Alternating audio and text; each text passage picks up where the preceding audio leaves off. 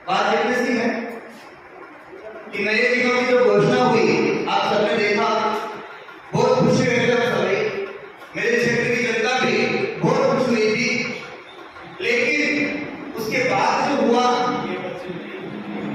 एक उपखंड की जो समस्या थी वो तो सबको दिख गई, वो तो राजनीति को भी दिख गई, अधिकारियों को दिख गई, दूरी का मैटर पड़ रहा था।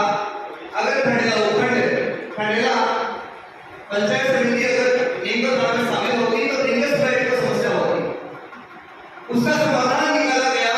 लेकिन कहीं ना कहीं वो छोटे मेरे क्षेत्र में 15 गांव 10 गांव जो है जो प्रभावित हो रहे हैं, जो नवगठित जिले के पास में है, उनके बारे में किसी के भी जरूरत नहीं है।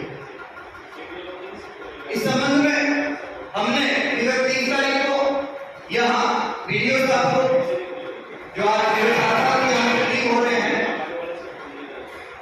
इस संबंध में हमने इस्तीफा दिया। हमें जानकारी मिली कि नहीं साहब प्रधान जी को देना है। हम 11 तारीख को प्रधान जी को अपना इस्तीफा सौंप के आए। उसके बाद प्रधान जी ने कहा कि साहब एक लाइन में इस्तीफा दीजिए, जो संभव नहीं था। हमने अपने हिसाब से फिर से दिया, फिर से उसको कोई शर्त का जैसा लग गया कि साहब इसमें यदि सब मेंशन हो गया, हमने उसको गिराया। अब एक तो मैं पूछना चाहता हूँ यहाँ पे कि पंचायत समिति का हमारे गाँव के बारे में क्या रुख है? क्या हमसे हमदर्दी रखते हुए आप अपनी बात आगे भेजेंगे कि हमारे क्षेत्र को नए जिले में रखा जाए जो हमारे नजदीक पड़ता है?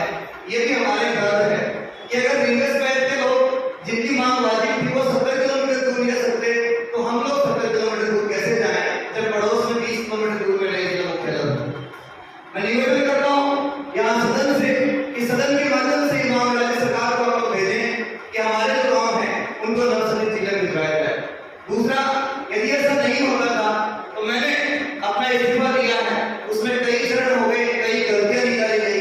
यदि अभी भी कोई गलती है, उसमें कोई कमी है तो मुझे बताया जाए कि मैं अभी दूसरा इस्तीफा यहाँ पर दूं। रही बात मेरे छोटे से कार्यकाल की, जहां तक मुझे लगता है कि मेरा अंतिम वक्तव्य होगा, क्योंकि मुझे राज्य सरकार द्वारा ऐसा कोई भी मीडिया के माध्यम से या किसी और माध्यम से सलाह नहीं रहा कि हम लोग नए जिले में जाने वाले हैं। हमने अपनी मांग के संदर्भ में इस्तीफा दिया। यह अंतिम यहाँ पे मेरा वक्तव्य होगा ऐसा मुझे लगता है, क्योंकि 4-5 दिन बचे हुए हैं मेरे मतदान दिन उसमें वेटिंग पीरियड पूरा होना है।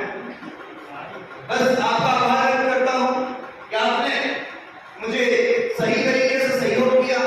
किसी भी अधिकारी को, किसी भी पंचायत सदस्य या सरपंच साथी को मेरे किसी भी शब्द से, मनसा वाचा करना से यदि कई प्रकार की हट हुआ कभी तो उसके लिए माफी चाहता हूँ। लेकिन एक बात जरूर कहना चाहूंगा इस सदन में कि जो जनता हमें चुन के भेजती है, इतना प्यार देती है, निस्वार्थ प्यार देती है, प्लीज अपनी राजनीति के केंद्र में उस जनता को रखें।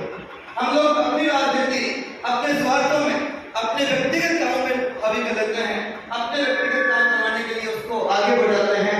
लेकिन प्लीज हाथ जोड़ के निवेदन है, मैंने अपना फर्ज निभाया, 2.5 साल के लगभग मेरा कार्यकाल रहा है यहाँ पे, आगे बढ़ेगा। जनता अगर कभी मौका देगी तो बात अलग है, लेकिन मेरे जैसे छोटे से युवा साथी को जनता ने मौका दिया यहाँ सदन में आगे बोलने का। मैंने अपनी 2.5 साल में जितना संभव हुआ अपनी ईमानदारी से कोशिश की है, जनता के मुद्दों को उठाने की कोशिश की, जिसके लिए मैं यहाँ आया हूँ। लेकिन मुझे वो रुझान नहीं मिला, राजनीति का वो काला चेहरा देखने को मिला जहाँ केवल और केवल ऊपर वालों को संतुष्ट करने के लिए साथी लोग प्रयास करते हैं। मैं तो अफसोस व्यक्त करता हूँ उस बात का कि मेरे साथ के जो भी सरपंचगण हैं, अधिकांश सरपंचगण हो गए या पंचायत समिति सदस्य हो गए, उन्होंने इस मुद्दे पे मौन धारण कर लिया, मुंह में दही जमा लिया। वो जनता खुदा के यहाँ नहीं बोलेगी। लेकिन हाथ जोड़ के निवेदन है कि मेरे क्षेत्र की जनता का दर्द भी आप समझिए, मेरे क्षेत्र की जनता का दर्द समझते हुए प्लीज हमें नीमकाथान जिले में शामिल करवाने का प्रयास करें। अन्यथा मेरा जो इस्तीफा आपके सामने है उस पर आप लोग शीघ्र निर्णय नहीं कर पा रहे। इसी के साथ, क्योंकि मैं नैतिक रूप से इस्तीफा दे चुका हूँ, अतः मैं चाहता हूँ, मेरा विचार है कि निर्णय प्रक्रिया में, इस सदन की